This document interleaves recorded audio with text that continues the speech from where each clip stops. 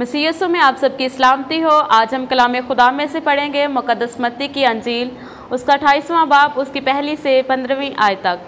कलाम खुदा में से आज हम पढ़ेंगे यीशु का जी उठना। और सब्बत के बाद हफ्ता के पहले दिन पोप उठते वक़्त मरियम मगदलीनी और दूसरी मरियम कब्र को देखने आई। और देखो, एक बड़ा भूचाल आया, क्योंकि खुदावन का फरिश्ता आसमान से उतरा और पास आकर पत्थर को लुढ़का दिया और उस पर बैठ गया। उसकी सूरत बिजली की मानंद थी और उसकी पोशाक बर्फ़ की मानंद सफ़ेद थी। और उसके डर से निगहबान कांप उठे और मुर्दा से हो गए। फरिश्ता ने औरतों से कहा, तुम ना डरो, क्योंकि मैं जानता हूँ कि तुम यीशु को ढूंढती हो, जो मसलूब हुआ था। वो या नहीं है, क्योंकि अपने कहने के मुताबिक जी उठा है। आओ ये जगह देखो जहाँ खुदावन पड़ा था, और जल्द जाकर उसके शागिर्दों से कहो कि वह मुर्दों में से जी उठा है।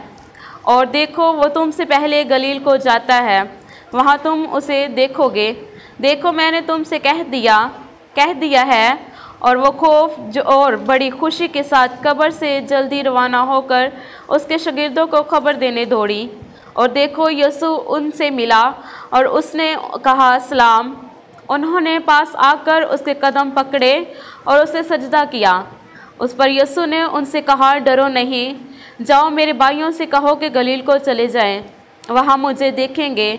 जब वो जा रही थी तो देखो, पहरे वालों में से बास ने शहर में आकर तमाम माजरा सरदार काहिनों से बयान किया।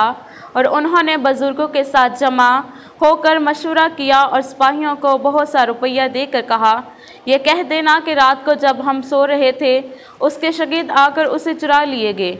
और अगर ये बात हाकिम के कान तक पहुंची तो हम उसे समझाकर तुमको खतरा से बचा लेंगे। बस उन्होंने रुपया लेकर जैसा सिखाया गया था वैसा ही किया। और ये बात आज तक यहूदियों में मशहूर है। कलाम खुदा का पढ़ा और उसने जना हम सब के लिए बाइस से बरकत हो। आमीन।